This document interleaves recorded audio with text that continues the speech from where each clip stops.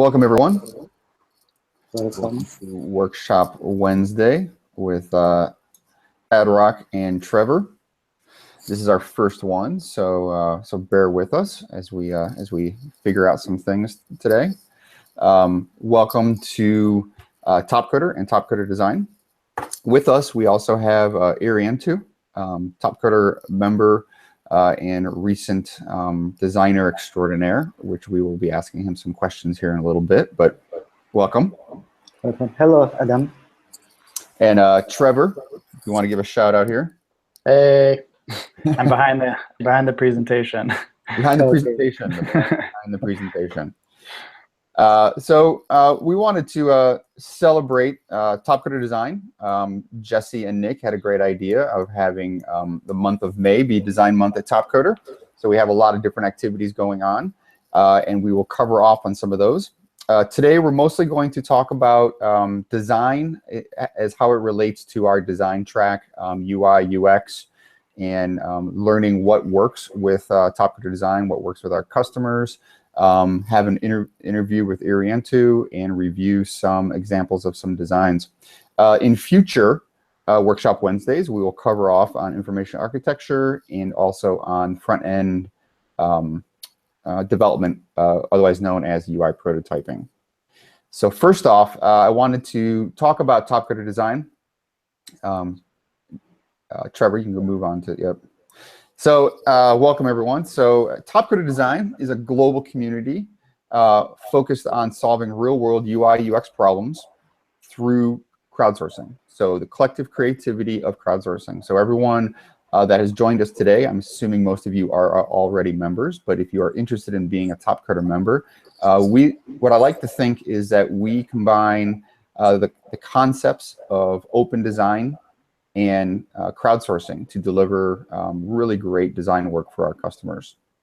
So as a Topcoder designer, you have an opportunity to compete in all types of design challenges to win prize money, sharpen your skills, and to learn the latest technologies while working on real web and application design projects for big name customers.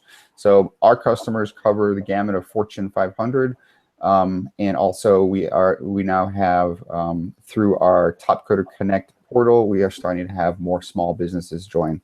So you as a designer have an opportunity to tackle many different problems and many different web and mobile and application opportunities. Topcoder Design is challenge-based. So that means we run competitions and we reward you with prizes. Typically in a design challenge, we have a first, a second, and a third place. And we also have this concept of checkpoint prizes. So as part of that process, we also have our customers provide design critiques and give you feedback. So we want to make sure that we're promoting and driving best behavior in design and making sure you're getting the feedback that you need.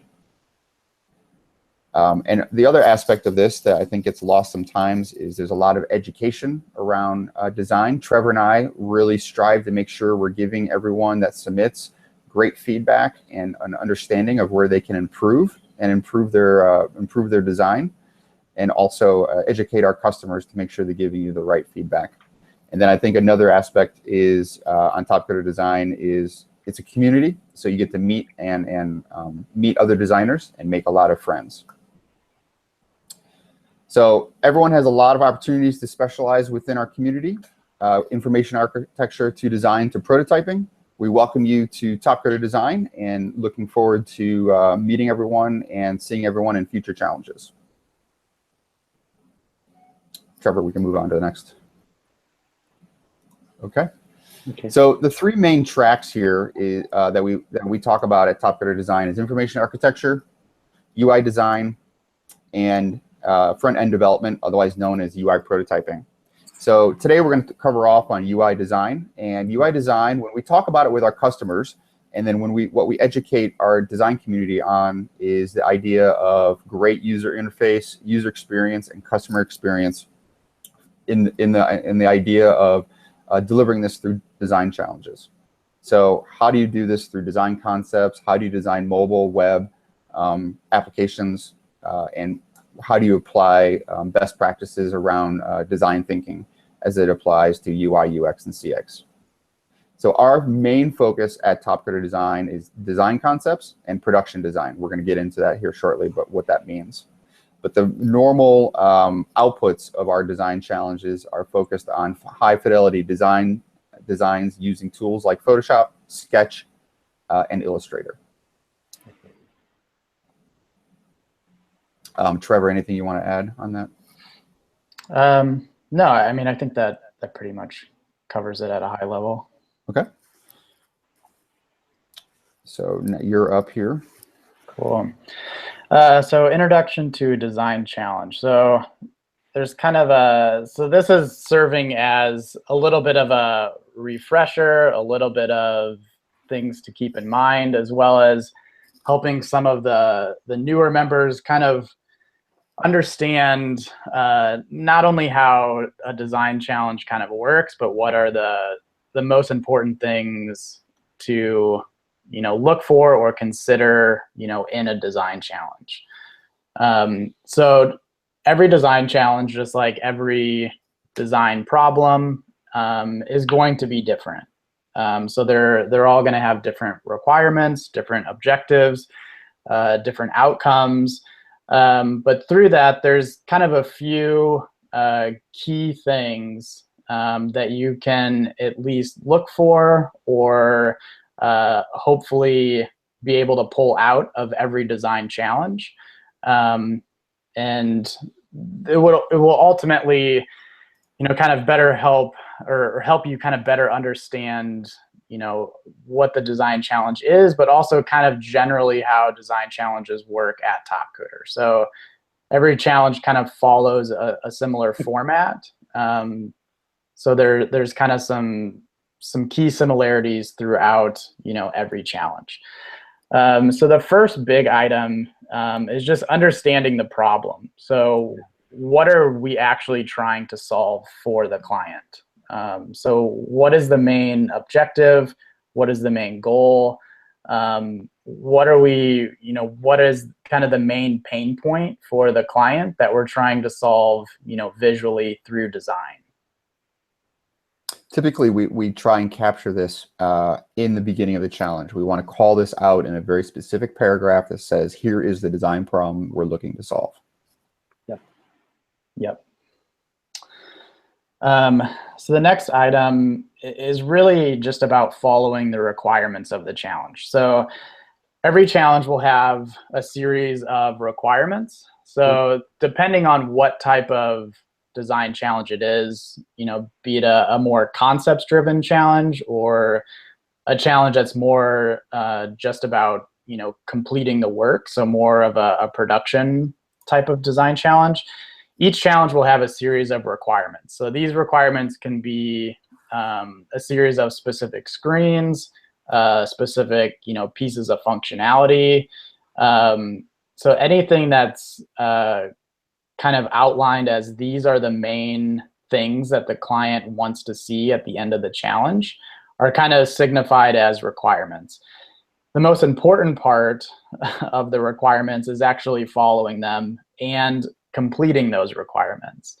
So it's not only important to kind of understand what's expected, but to also be able to complete those in the allotted time of the challenge. If there's ever any questions about those requirements or what's expected of those screens, it's best to talk about or ask about them in the forums. What we've been seeing lately is that there are specific screens or interactions or requests that are being missed or skipped, and that hurts your chances at the end. So while feedback at the checkpoint is critical, at the end when a customer notices specific screens might be missing, they do call that out as a request of something that they were looking for, and now it's missing. So that is detrimental to their selection of your design. Yep, exactly.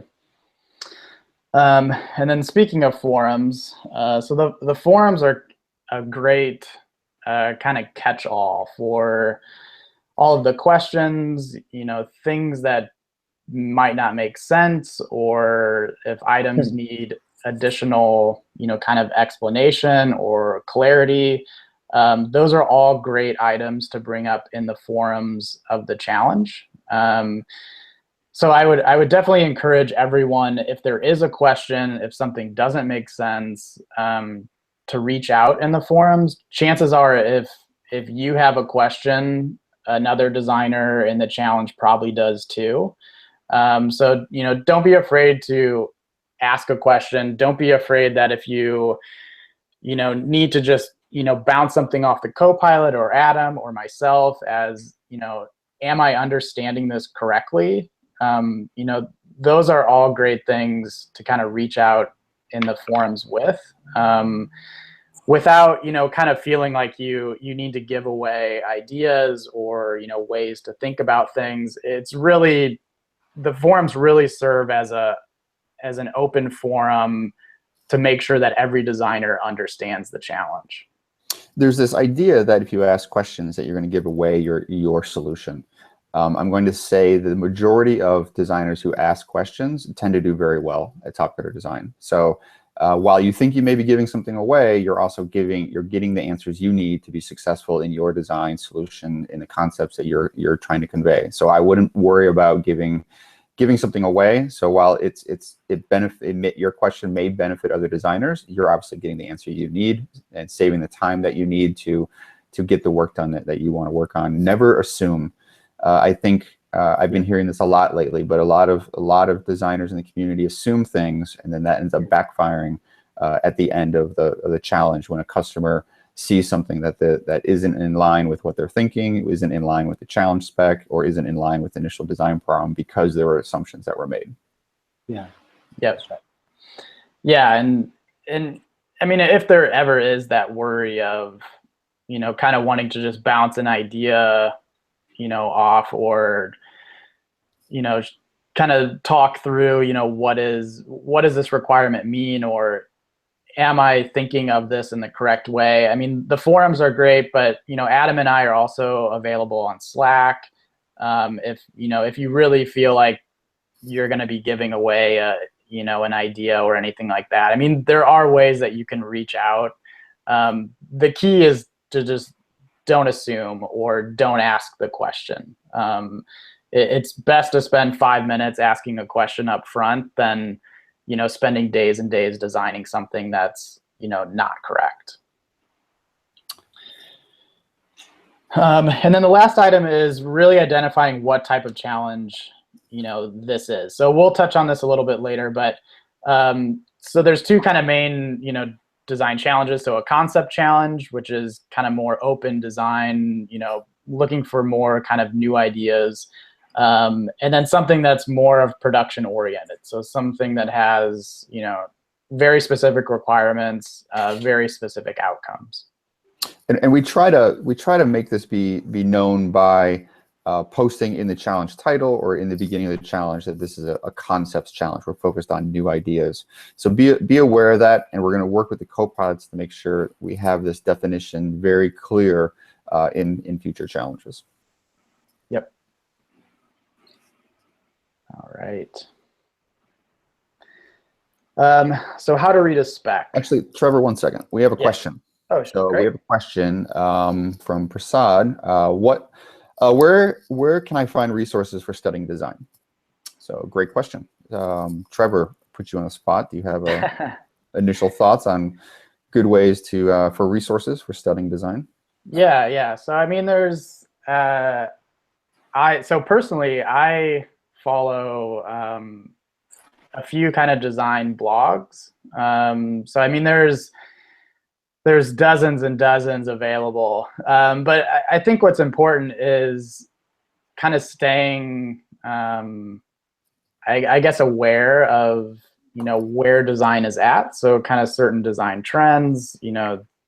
What are other companies doing? So could be in-house design studios, or things like Netflix, or kind of Slack, or like larger companies, like what are they doing with design? But also offshoots like car companies or anything. So I think it's really important to kind of just understand what is going on outside of the context of Topcoder and the type of challenges that we do. The benefit of that is it kind of brings a new perspective into our type of challenges. And then as far as like education or learning new things or new skills,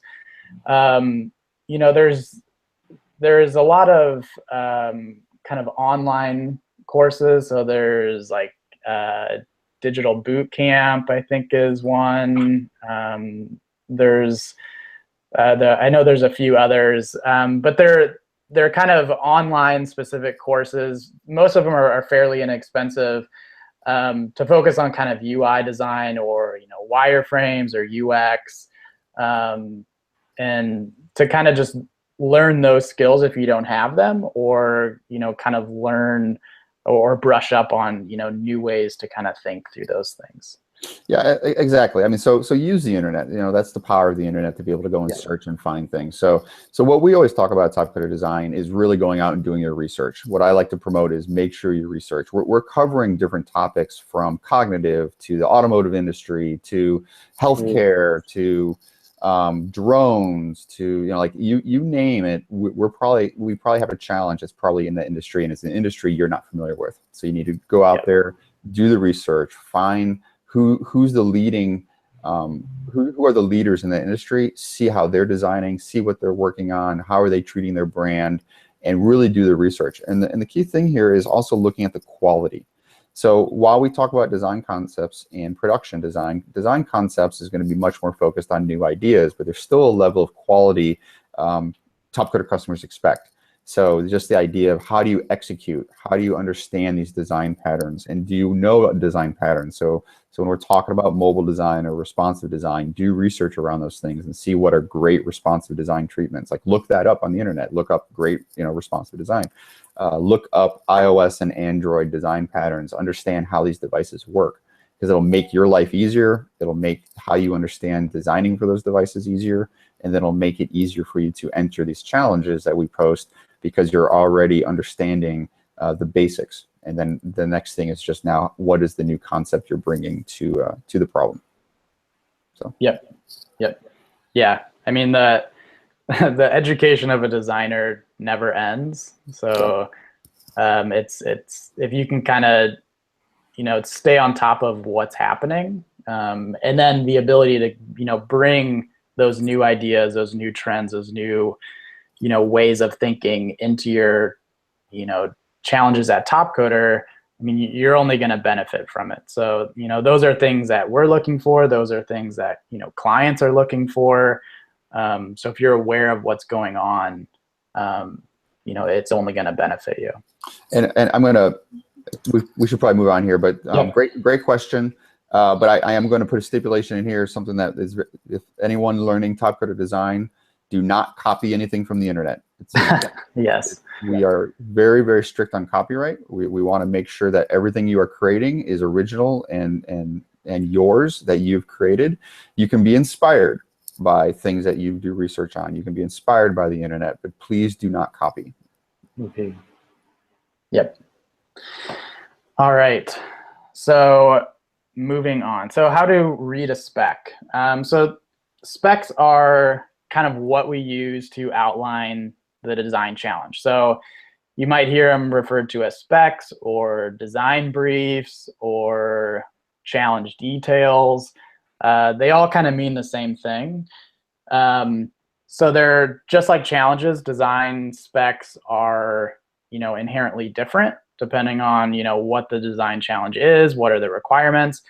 But there's always kind of a few key things that I think you can ask yourself when viewing a design spec. So the first big one is, what is the problem statement? So what is the thing I'm actually trying to solve? If nothing else, if you can understand that, you're already kind of 50%, there as far as understanding the challenge. The next item is, what am I actually designing for? So we run all kinds of design challenges challenges, from anything from, desktop design to responsive to, mobile apps to, things with weird requirements like, whoops, just a sec. No.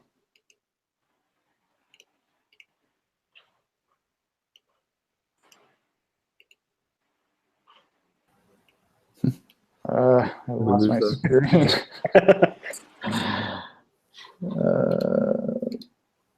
You can probably hide it for a second while you find it. I can also pull it up. Yeah. Want me to pull it up? Might be a good transition. Yeah. It's completely gone. Okay. Can you see my screen? Oh, wait, I got it. Okay. Well, just use mine. Yep, I got it. All right. So I think we're back. Which one are we on? Are you showing what customers care about? I was on Spec. Oh, wait, never mind. Sorry. Okay, I'm here. Sorry, I was looking at your screen, but thinking it was mine. Okay.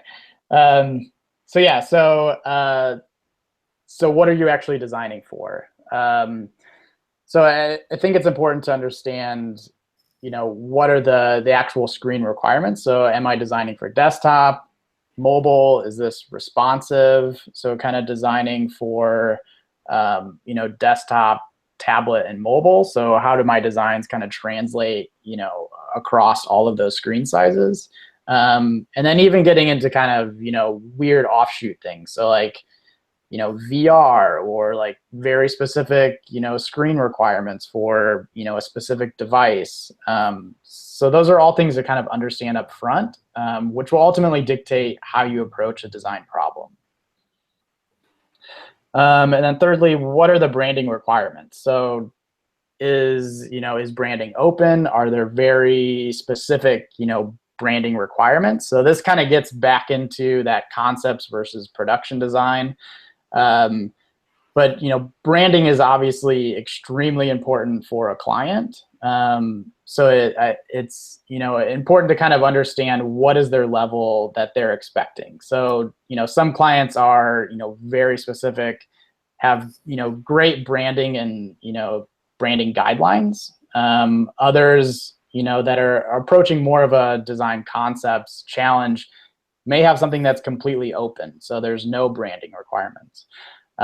So that's definitely important to understand up front. And a key thing on the branding is always looking at the branding guidelines around what's the typography, what's the color guidance. Is it okay to deviate from that, or do they want to stay within? So understanding color hierarchy, understanding the typography hierarchy on the how they're using it and how you should use it across your responsive design. Right. Yeah. Yeah. And I would say that even applies to when there aren't any branding guidelines. So if there's a lot of challenges that are just branding is open, I think that's almost where it becomes more important to understand those things, to understand, what colors go well together, what are great fonts to choose or, pair together. Even though there's not a specific branding requirement or, the client isn't looking for, did this designer follow my brand? They're still looking at the overall aesthetics of the brand that you ultimately chose. So how do colors work together? Does this font, look clean and modern or make sense? So they're still technically judging you on brand, even if there isn't a brand outlined in the spec. So it's important to kind of understand those underlying concepts. Which goes to education. So researching great color treatments, researching great typography. Yep, exactly. And then what are the specific screens or features I'm designing? So this kind of goes back into the requirements of the challenge, but are there specific screens? What are those screens? What are the requirements of those screens? What are the specific features? So there's some design challenges that are, more of just looking at features. So design, a screen or a piece of functionality that addresses, this specific feature. So it's important to kind of understand, how to take requirements and, design them in a consistent, UI user experience, but also how to take, ideas for a feature and design that out as well. And then lastly, for a spec is really just understanding the timeline of the challenge. So the challenge kind of runs in multiple phases. So when are my checkpoints due? When are my finals due? How much time do I actually have to complete the work? And then ultimately, deciding, do I have the time to actually complete the requirements? Do I have time before checkpoints? When are those checkpoints due? So at this point, it really becomes, time management and making sure that you're ultimately, doing your best work in the time allotted. The key thing with the timelines is at Topcoder Design, we're really working with our customers to really hone in on the best timelines for their availability to make sure we can deliver on checkpoint feedback and, of course, select winners at the end. So it's critical to realize your time management and understanding of what the checkpoint requests might be. So maybe we're only asking for 3 or 4 screens, and so focusing in on those screens as opposed to all of the secondary screens or the later screens in the challenge will help you with your time management and of course executing on what the customer is looking for. And we're also working to avoid a lot of extensions. So we're really starting, you may have noticed recently for any designers who are longtime competitors, that timelines are becoming more consistent. Time expectations around checkpoint and finals are becoming more consistent. So we're really working to be more prescriptive in making sure that if you commit to a challenge, you know what the timeline is going to be, and we won't keep extending it. Yep. And then with that, I think, we're also being more aware of what we're actually requiring for those checkpoints. So making sure that it's a realistic amount of work for the time, that's available. Okay, so quick here, stages of a design challenge for anyone who is not familiar, or a recap. So we have the registration stage. Important update here is that on the current challenge listing page on topcoder.com, the registration and the checkpoint timelines are now aligned. So what is crucial in a Topcoder Design challenge is in order to qualify for the second part of the challenge, you must submit to the checkpoint. Okay. So first thing is you register. If you're not going to compete, we kindly ask that you unregister. We will be implementing updates to this here, ideally the second part of this year, where we will ask you to unregister more often so we can start tracking the analytics around participation. The next step is checkpoint. So the idea is that at the checkpoint, you're going to submit your in-progress work. This is for customers to understand, are you understanding the problem? Are you executing on the problem? Do you understand their brand? Do you understand the overall goals of the work, of the challenge? And it's also a checkpoint for the customer. So did the customer forget something? Did they not give you some details? Is everyone designing and going down the wrong path? So do they need to correct the course of the challenge and clarify things that might not have been obvious in the beginning? So that's really the goal of the checkpoint. Typically at the checkpoint, we offer up checkpoint prizes where we ask the customer to select their top 5 checkpoints and reward them for their great job at the checkpoint. The next part of the challenge is the second round, or the final round that we call it, and that's where you take the customer's feedback and submit and continue working, and then submit your final design. So essentially in this round, you're going for the win. You want to take that feedback. You want to make sure that you understand the problem, and then submit your final solutions. Once the customer selects a winner, so in our design challenges mentioned earlier, we have a first place, a second place, and a third place. We now have a final fixes phase. And the final fixes phase is as a winner, as a prize winner. So final fixes could, while normally it's just for first place, it could apply to a second place and third place. But we ask you to update your design based on things that might have been missed from the challenge spec, or maybe some color or typography updates. We might also have an additional payment if we need you to merge some ideas from the other designs. So that is what we call our final fixes stage. It looks like Arianto has a question actually about this. Okay. I can't see the questions, so. Oh, go ahead, Arianto. I know the answer, but this is useful for new members. Can I register on second or final round? So I didn't catch that. Can you do what? Can you unregister in the second or the final round? That's a great question. I imagine, I don't know, I need to check. So it should work where you have to unregister before the checkpoint, and once past the checkpoint, you cannot unregister, but I am not sure if that's currently a true statement. But in the future, that is how it is meant to work. You would have to unregister before the checkpoint. Okay. And the goal there, it would affect your reliability. So the idea is, like, if you are registered, that you will submit. If you unregister, that means you're not going to submit. Great question. One more. This is from JDev Mehta. He asks, why do you only allow PSD and AI files as submissions? I want to submit a real prototype like APK or exe file. So in design challenges, that's what the customers are looking for. They're looking for JPEG, PNG, flat files, and then they're looking for Photoshop, Sketch, Illustrator source files. We do the prototyping in the prototype challenge. So we have a challenge specific for prototyping. We also use Marvel app or an Envision app to prototype out the static flat screens, but that is the desired source and outcome from these types of challenges. And that's why we have prototype challenges specific to prototyping out the work. Okay.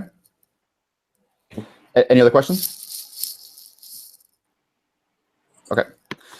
So what do customers care about, right? So it's always like, how do I tackle this problem, and what's going to be a key to winning? Like, why are customers posting challenges on Topcoder?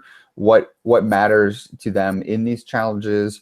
And then how can you be successful knowing what really matters to them during the process, right? Because your only interaction is in the forums, and if you're not asking questions, then it's even less interaction. Another comment on the forums before I get into this is that when you're asking questions in the forums, the customer is also realizing how much as designers you're interested in their problem, how much you care about solving this for them. So forum activity does also show community and designer interest in their problem. So do the designs solve my problem? So the customer is asking, as they're seeing the designs, and we've stated this design problem in the challenge, is it solving my problem? How is it solving my problem?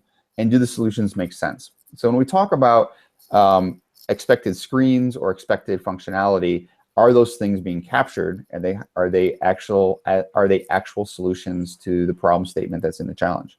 And do they make sense? So if I'm going from one screen to this next screen to the next screen, if I'm going from a dashboard and clicking and going into a secondary screen, does it make sense, or does it jump all over the place? Is it a story that makes sense? As a user, can I click through this and understand what's going on? If a design submission is being viewed by the customer and they have to make a lot of assumptions from one screen to the next screen, then it's a burden on them, and it's hard for them to follow. If it's clear for them to understand what that story is, I talk about this a lot in challenges, but understanding what that user path is, then it's very clear and they understand it, and they're more likely to like it and agree with it, right? Or the ability to provide feedback on that story is much easier.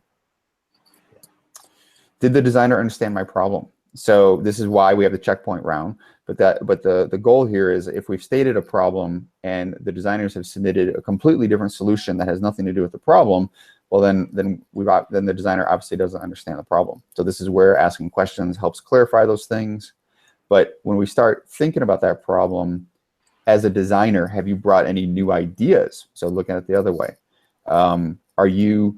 do you really understand the problem and you're actually pushing it to another level? Are you almost asking the customer questions in your design, in the idea like, here's a way to solve this. As a designer, I know your problem and I'm going to suggest new ways, or I have a real deep understanding of it. I'm providing a design solution that you haven't even thought about. Those are the kind of things that really stand out, especially in Design Concepts Challenge. When a customer looks at a submission and they say, wow, this customer really did their research. They really understand what I'm trying to do here, and I really like the different concepts or the way they visually treated this. Those are the kind of things that when Trevor and I are in meetings and review meetings with customers, that they point those kind of things out, and that really resonates. Yeah. Yeah, Trevor, jump in on it. Yeah. I mean, I think that's kind of the best testament in a client meeting is when, a client says, oh, I've never thought of my problem in that way before. I mean, that's why they come to us. That's why Topcoder works, is because we have a variety of designers with different backgrounds and different thoughts that can solve a problem that, a customer may have been thinking about for years sometimes and have never come up with the solution, that you guys have in a couple of days. So, I mean, that's ultimately the power, and, something that's always amazing to hear, every time we're in a client meeting. Yep. Do the designs match by brand? So once again, just clarify how much do they want their brand to be used, right? Is it open, or is it you need to be strict to their brand? Because if we're saying the brand is red and white, and you're submitting a blue and white, that stands out to the customer as you're not paying attention, you're not doing your research, right? So the idea is that if you're submitting things that are completely off brand, that gets called out as a miss. While you may have a great design, and the customer may come back to it as a great design, you already have a knock against you because you didn't treat the brand properly. Yeah. And then similar to design, the first thing I mentioned, do the user flows make sense from a business perspective? So do they make sense to the persona that's being asked, the target user? Do I understand how the designs are working? So the customer, once again, are there gaps? Do they understand it? And then do they complete the requested flows and screens? So one of the things that I've noticed recently is that there are screens or gaps in the requested deliverables. So the customer may have asked for 8 screens, and while the designer has submitted 6 amazing screens, those 2 screens at the end are like, where are these screens? While that might be taken care of in final fixes, the customer now knocks your submission saying, oh, well, we did ask for these 8. So once again, clarify in the forums, make sure that there's a communication around the screens. If for whatever reason you don't want to do those 2 screens, just to make sure that what are the priorities. But when we start seeing those kind of gaps, then the customer once again says, oh, they're not paying attention to my request. They're not paying attention to the spec. They're not paying attention to what I'm needing. So it comes down to those little nuances. So successful designers on Topcoder they have their checklist and they kind of knock those things out to make sure that those things are not issues. So we have a question. This is from Satya Murthy. Will brand requirements be mentioned while registering for a challenge, like the customer's intended fonts, colors, etc.? Typically, yes. If we have strong brand guidance, it'll be in the challenge. It'll be listed in a section under brand and colors, and we will provide either attachments, PDF attachments, or other brand guidance for that. If not, if it is left open, we might offer up brand guidance at the checkpoint during the checkpoint feedback. So one of the conversations that Trevor and I have with customers when they're willing to leave brand open, we ask them to definitely weigh in at the checkpoint so we can give all submitting designers clear guidance on if their brand treatments or their ideas around the colors and typography is working or not working. Okay, so Trevor, we may need to speed this up a little bit, but yeah, sure. So concept versus production design. So one of the things we really wanted to stress today was getting into this idea of concept design and production design. I had a designer last week ask me a question, said that he seems to keep missing placements on some challenges. He feels like he's doing the correct work, but there might be a gap he's missing. And I asked him, do you understand the difference between concept design and production design in the challenges where we say concepts, or in the designs that don't have concepts, and it's really kind of knock out these initial requests from the customer. And he said that clarification really helped him, because he was kind of doing concepts in production design type challenges, and he was doing more production type work on concept design challenges. So it's really understanding what the customer is looking for. And this is something that Trevor and I and other PMs at Topcoder really try to stress with our customers, to say, what is your expectation out of this design, out of this challenge? And that's why we've broken it into concepts and production. I want to have a customer tell me, I'm looking for new ideas. I'm looking for design concepts. I want to push the envelope. I just want to see new ways of treating my UI, or I want to see the potential of my application. That all falls under concept design. We're looking to you as designers to do some research, to dig into the design problem, look at the user interactions, think about use design thinking while you're looking at this problem, and say, okay, here's the persona. Here's how this user is going to get through this application. How they're going to get through it from mobile to desktop to mobile, tablet, desktop. But how are they going to get through those ideas? And what is that flow? And it's all going to be very conceptual. The other side of that is the customer says, I have my brand. It's very specific. I have very specific wireframes. I need these 10 pages knocked out that look as close as possible to my brand. And it needs to be pixel perfect, and it needs to look great. I don't need a lot of deviation.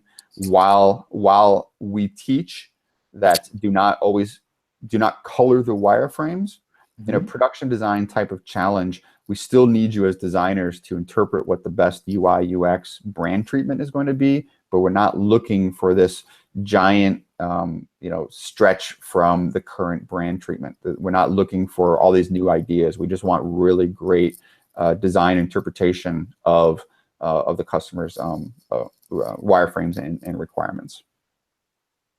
So typically in concept design, it's going to be loose branding requirements. It's going to be very open. We're going to suggest screens. We're going to say, hey, here's 8 screens we think make sense, but please change those. Do 8 screens that you think make sense, or really focus in on the dashboard experience, or really make sure that if we have these 3 requirements, that how should a user really think about these things? In a production design, we're going to have wireframes. We're going to have very specific things and say, please just execute on this. Trevor, anything you want to add on that? No, I think that covers it. So here is an example of a concept design. Trevor, if you want to.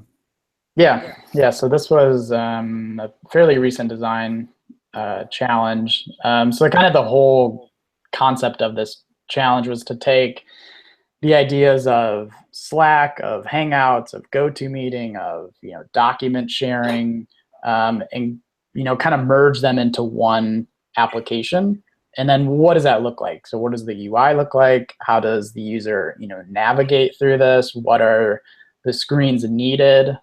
So again, we kind of suggested these are probably the key sections or key screens, but it was ultimately up to the designers to kind of work out what's that user flow, what are the screens required for that, what are the kind of unique features or unique ideas that can kind of help flesh out the entire concept. So it was definitely open. And then with this one, so this is kind of an ongoing series of challenges. So there's very specific branding, very specific color palette, there's already kind of an established, look and feel for, how the brand should be translated onto web, onto, mobile apps. What are the kind of the general UI features, how to, tabs look like and buttons and et cetera. So this was really about, take this brand, take these inputs. Here are the, specific screens with specific requirements, and just design something, that works for our brand. So it was very specific. There was still room to kind of interpret layout and kind of how the content is structured on a page. But as far as how it looks, how it functions, was pretty well established. Nick, or any other questions out there? Yeah, but not on topic, so we can do it at the end. Okay.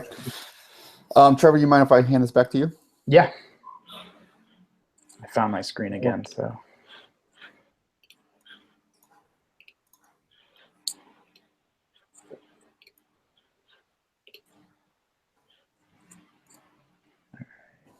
Okay. So, member interview. So I wanted to invite Ariane to Ariane to come. I knew I was going to get that wrong. Ariane to our member interview this week. Been very excited to kind of follow what Ariane has been doing here the last couple months. Ariane and I met in 2015 at the. I mean, we talked previously to that, but we physically met at the TCO 2015 in Indonesia. Yep. And he's been a member since 2011. He has competed in 611 challenges. And out of those challenges, he has 25 first place wins, 31 second place wins, and then numerous third place wins and fourth place wins and fifth place wins. But recently, since February, he's been on a little bit of a winning streak, I'd like to say. And he, back in January, he took first place in our RUX challenge, our Rapid User Experience Challenge number 6. So that was a big win. I was very excited when I saw that he won that. The customer liked his design. And then continuing into March and April, he took first place in our GE challenges, the GE transportation challenges, the GET challenge. So the positive train control challenge, I took a first place. He took a third place in the ROS challenge. And then in April, he once again took a first place in the GET challenge and a second place in another GE challenge, and then fifth place in RUX number 7. So Iriantu, welcome. Yes. Thank you, Adam. So what do you remember from your 2015 TCO experience? Well, the first thing I remember is the night after the closing ceremony. We went out to karaoke. That was the most favorite thing I remember from TCO 15. And I also, that is the first time I met you in physical. And I met all top members like I Am Tong, Abida Farah, Rafi Jun, Toto PC, and all of them. I'm very glad that I can have a chance to meet them in person. Okay. So I'm going to get right to the main question here. So what everyone wants to know is what's your secret? What's the secret to your recent success? Did you just have a aha breakthrough moment? I think yes. That's this moment where back when I was co-piloting a challenge. I remember there is UNH challenge. I was co-piloting this challenge, and I have a design review with you and check the client. And I learned that I have to change my point of view. Before that, I think from my point of view, how to challenge this, how to tackle this problem. But now I changed my point of view. I think I place my perspective from the client and the user need. I need to understand the problem and deliver solution from the problem. And then this method I apply in the RUX, GET, and then the G challenge. Okay, so to clarify for everyone, I invited you to be a co-pilot. So you've not co-piloted a lot, but your first co-pilot challenge, Yeah. you realized some things with kind of talking with the customer and understanding kind of their feedback and the way they were thinking about the problem, right? The challenge. Okay, so that was kind of the moment where you realized your approach to design challenges needed to be fixed. Yeah, right. That's okay. right. Okay. And so your approach to design challenges, what did you fix? I fixed before. I just read the spec and then start my design. Okay, without doing my research, deep research. Now I changed my method. First, I read the spec. I list all the things I need to do, what the problem, and then list. And I must do this. I must design this. I must research this, and then when I complete that, I start doing my work. Okay, so you're adding more research. You're really digging into kind of the problem and really kind of trying to learn about what matters to the customer. Okay. So being a co-pilot, what is I guess maybe I kind of just asked this, but what is something that you learned from that kind of client interaction? Client has a very specific needs. They will, after I have a chance on the review, I see that the client will see this design answer my problem. Okay, they compare your design with other design, and they score your design based on their requirement. So I need to change my point of view and read the spec. I need to do my design based on the spec, not just by assuming what I thought. I think that works. Okay. So back in 2014, you won an idea generation challenge for love poetry. Yeah, Did yeah. you know you'd be so good at love poetry? Yes, yes. I remember that challenge. I'm assuming that was a Jesse challenge. Yeah, that's right. The queen of color. So I think I looked at your history. Your first couple challenges that you won were PowerPoint challenges. You won this idea generation, but then you worked your way into really kind of understanding what customers looking for, which is great. Are you looking to qualify for TCO 17? Honestly, no. Attending TCO is one of my dreams.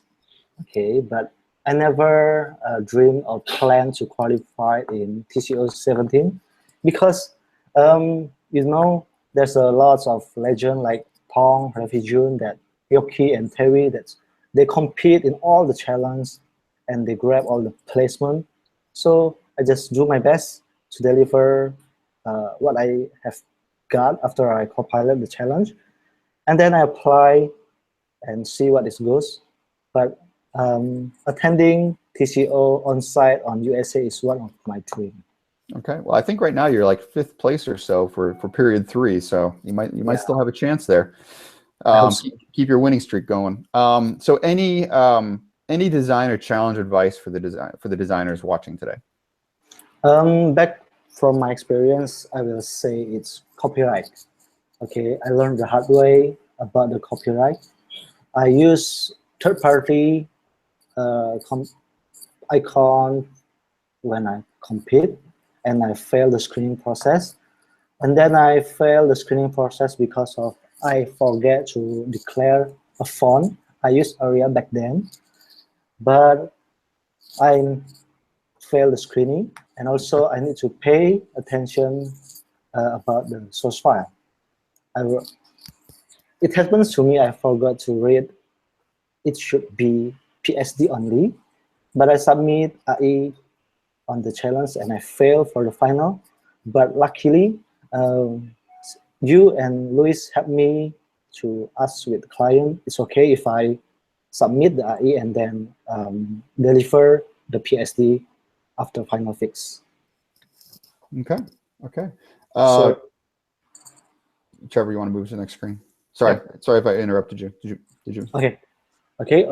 And then about working, I think based on what I experienced, we need to read the spec, read, and then list all the things you need to do, list that, and then do your research, deep research, and then start doing that. The quicker you do, the biggest your chance to win. Okay. I think we have a question for him. This comes from Satyamurthy. Asks, can you point out some specific resources for newbies that you would recommend? Like, would it be Photoshop, Illustrator to begin? What are some good resources for new designers?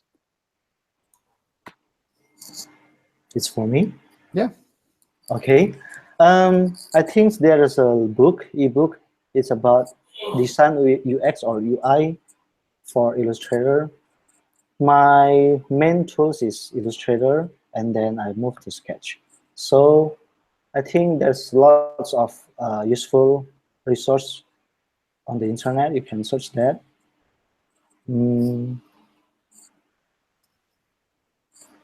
So just type the problem you want to solve in your tools. There's a lot of the answer there. Okay. Okay, so I want to just show a couple designs here. So we pulled up one of your first UI design wins here. Times. So this was back in 2014. You remember this? Yes, times. So when you won, were you pretty excited? Yeah. I never think I can win that challenge. It's very simple.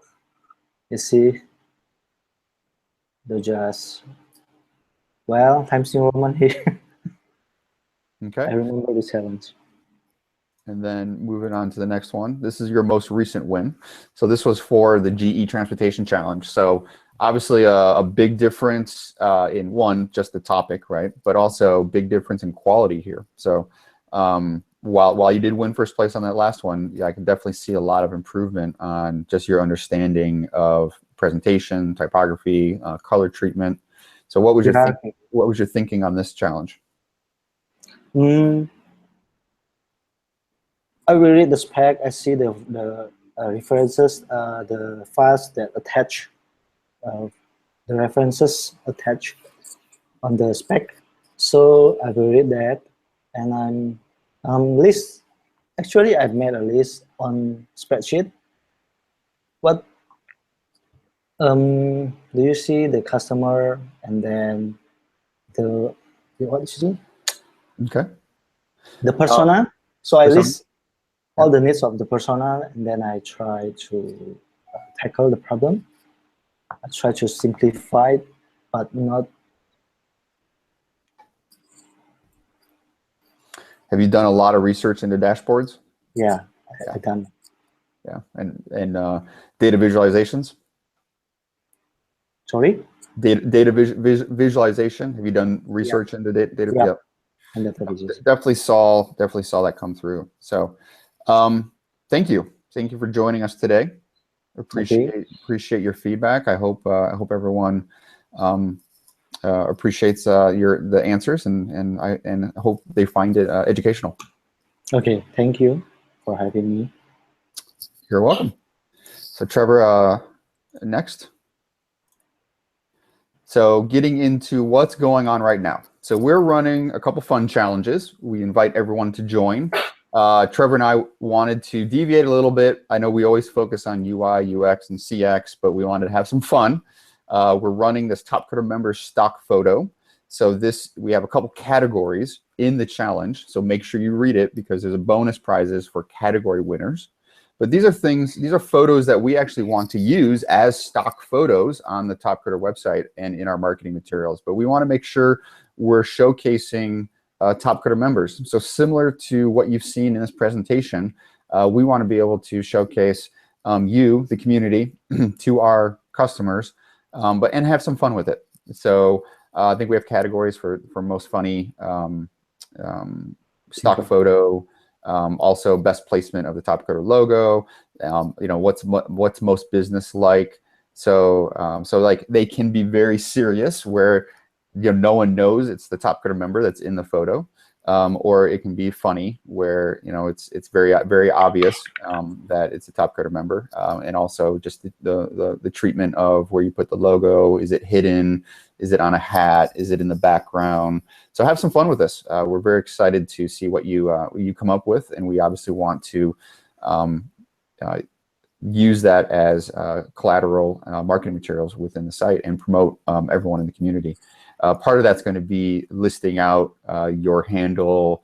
We will list out your handle, like member sense, so so our customers understand that Topcoder community members are members who have been here for a while. They understand how to design through the Topcoder design process, and they're really looking to design and develop to what our customers are looking for. The second one is tinkering with the Topcoder logo. So this is a challenge to take the Topcoder logo and kind of do similar to what Google's been doing over the years, where they kind of do different treatments of their graphic treatments of their logo. So if you happen to have some ideas associated with a holiday, we're looking forward to seeing what kind of different ideas you have. And the goals here is like in the stock photos, really kind of looking at presentation, really looking at how you're pushing different concepts around setting up these kind of photos. And then in the logo challenge, taking some time to work in vector, work in creating different graphics around and how you tinker with the logo, and also pushing new ideas around that. Trevor, anything you want to add on that? No, I mean, I think the tinker with the logo, there's a few questions about what we can submit. So Google, sometimes includes, animated GIFs or, simple ways to kind of express, the concept other than just a flat file. So, I mean, those are things that we're obviously, interested in seeing if it works for your concept. So it's pretty wide open as far as what you can submit or ways to think about it. So okay, and in both of these challenges we have a rolling checkpoint, so you do not have to submit to it, but a rolling checkpoint allows you to submit early, and Trevor and I will be looking at those designs and providing feedback. So that is next Monday, the 15th. So if you submit to that, we will provide you feedback, and that's great guidance for the end of the challenge, which is on the 29th. Okay. Next slide. So as part of our design month, please make sure to check out the currently running challenges on our challenge listing page. Trevor, do you want to pull that up? Yeah. So this is our new challenge listings page, where you can sort things by design, development, or data science. We will be retiring the studio site here by the end of the year, assuming that all of this is working quickly and correctly for everyone.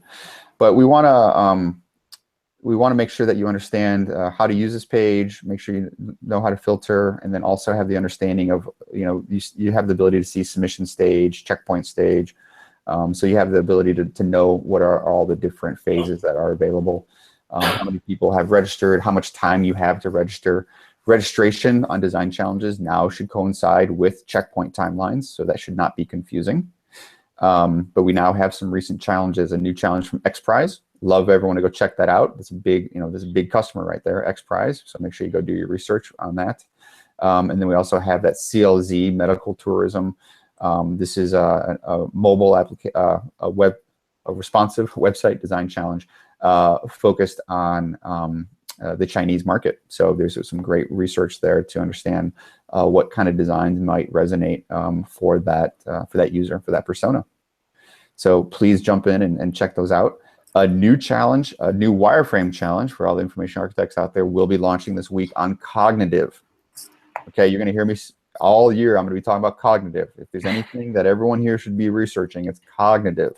Okay, so cognitive.topcoder.com. Everyone should be going and registering at cognitive.topcoder.com to start receiving newsletters from us around the IBM Watson and what we're going to be doing. While a lot of it is very technical from a design perspective, everyone should be doing their research and learning about cognitive and doing research into how to design for cognitive. It's a whole new space. I'm working on some educational materials where we want to actually start looking at what do you do in a new AI-driven world. What is the experience that you need to design for?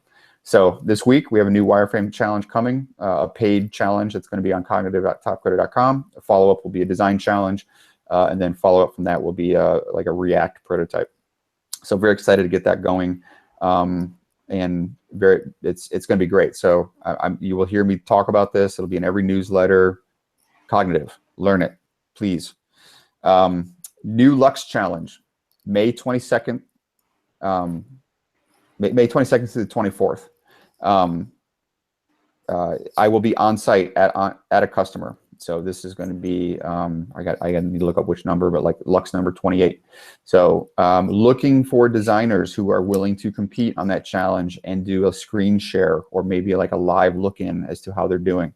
Customers very excited to participate in this. We will be in a very large conference room showcasing the designs, presenting the designs. We will be having the customer will be coming by periodically throughout the event to check in, to just understand what Topcoder is and to understand what a Lux challenge is.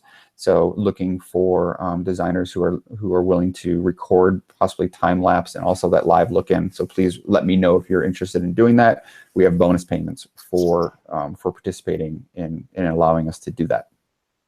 Okay. Topcoder Community Slack. We have a Slack channel for the Topcoder community. If you are not in that yet or somehow you missed out on it, please let us know. Email me at adroc@topcoder.com and we will send out an invitation. And so you can participate in ongoing daily conversations on design, development, and data science. So please reach out. Okay, I think we're into the next step here. I think we're over time, but if everyone can hang on for a few more minutes, we'll do some Q&A. Nick, any advice? Is it okay if we go a little longer? Nick? Okay, well, Q&A. So some questions. Any insights into icons? Should we design them from scratch? So historically, yes, we ask you to design icons from scratch. It's actually something that I've been very proud of in the Topcoder design community. That we deliver custom icons to our customers. With, obviously with the explosion in the mobile space, we now ask in challenges, we now specify in challenges if you can use stock icons or if we need custom icons. So we're asking our co-pilots to specify that. And as a member, if that is not specified, please ask if the customer is looking for custom or if they're looking or if stock icons are allowed. We are starting to allow more stock icons because just the high need for icon usage. Okay, question. If we are unable to complete whole requirement screens, what do we do? Should we not submit our work? How to select priority spec requirements if we don't have enough time? So I would say yes, always submit, right? I'd rather show a customer, 5 of the screens, if 5 out of the 7 screens, I'd rather show them your work, right? There's always that opportunity that maybe there's something in your design that they may want for a 2nd or 3rd place, right? I think just realize that when you are missing screens, the customer does realize that. So now you might have the most amazing design, and that may outweigh that requirement to them, right? But it typically is, when it's talking about a 2nd or 3rd place prize, it is normally where someone gets downgraded to. You might have been a 1st place if you'd completed everything, but now you're 3rd place because you are missing things. So I'm always going to say submit. We will have some customers, in the past we had customers that said that were very strict. If you didn't do all the screens, don't even show us the designs, or you failed screening, right? So I think many long-time designers, Topcoder designers, will know that or remember failing because they didn't do something. But we're really under the we really try to show customers everything. We want them to understand the full breadth of the effort. We want them to know that, hey, yes, some work was done while they ran out of time. We just want customers to realize that the community, the effort from the community comes in all forms. It comes in from a designer who's had time to think about this and plan it, and obviously submit what's necessary and go for that win. But if you happen to have 3 or 4 screens and you think they're worthy, I do recommend submitting them. How do you prioritize spec requirements? I think that's going back to the design problem. That's going back to what's listed in the. I think most of the time we're trying to list the screens. So focus on the screens that are being requested. Focus on the screens that are being requested before you get into capturing every interaction. Another question. I have doubts about illustration. I know third-party illustrations are not allowed on Topcoder, but stock icons are being allowed. Some icons are 2D flat illustration style. So actually, third-party illustration from like iStock Photo is allowed. You just cannot manipulate the illustrations. You have to treat it like stock photography. So we are allowing illustrations. It just has to be treated like stock photography. If you have any other doubts around that, I would definitely ask in the challenge. But the goal there is we can't take stock vector art and manipulate it and then call it your own artwork. That's the issue. Let's see, what are the questions? And there was just one more that asked if you are going to be sharing these slides at all. Yes. Yep. We'll be sharing the slides. Yep. Any other additional questions? Did I miss anything? That looks like it's it. JDev, to your question about PNG snapshots. Yeah, so the customer needs the Photoshop, Sketch, Illustrator source files. That's why we do that. Because their designers want to take that and manipulate it, especially like a GE challenge. Like their design team is going to take the source files and continue working with those source files. They wouldn't be able to work with the HTML files. So, Trevor, any other comments on the Q&As? No. Okay. I think that covers it. Great. Well, I think this is exciting to do this for the first time. I think this has been fun. I'm really looking forward to the next one. We're going to talk about information architecture wireframing. We're also looking to get a customer interview. So we will definitely be bringing new content to each of these. And then I also want to, on the third one, I also want to see if we can integrate the Lux challenge, maybe some of the stuff that I'm doing on site with the customer. We can have that as part of our workshop Wednesday. So if the timing works out, we'll do that. If not, we'll just highlight things that are going on. So everyone, thank you for coming today, and definitely looking forward to seeing everyone next week. Thank you.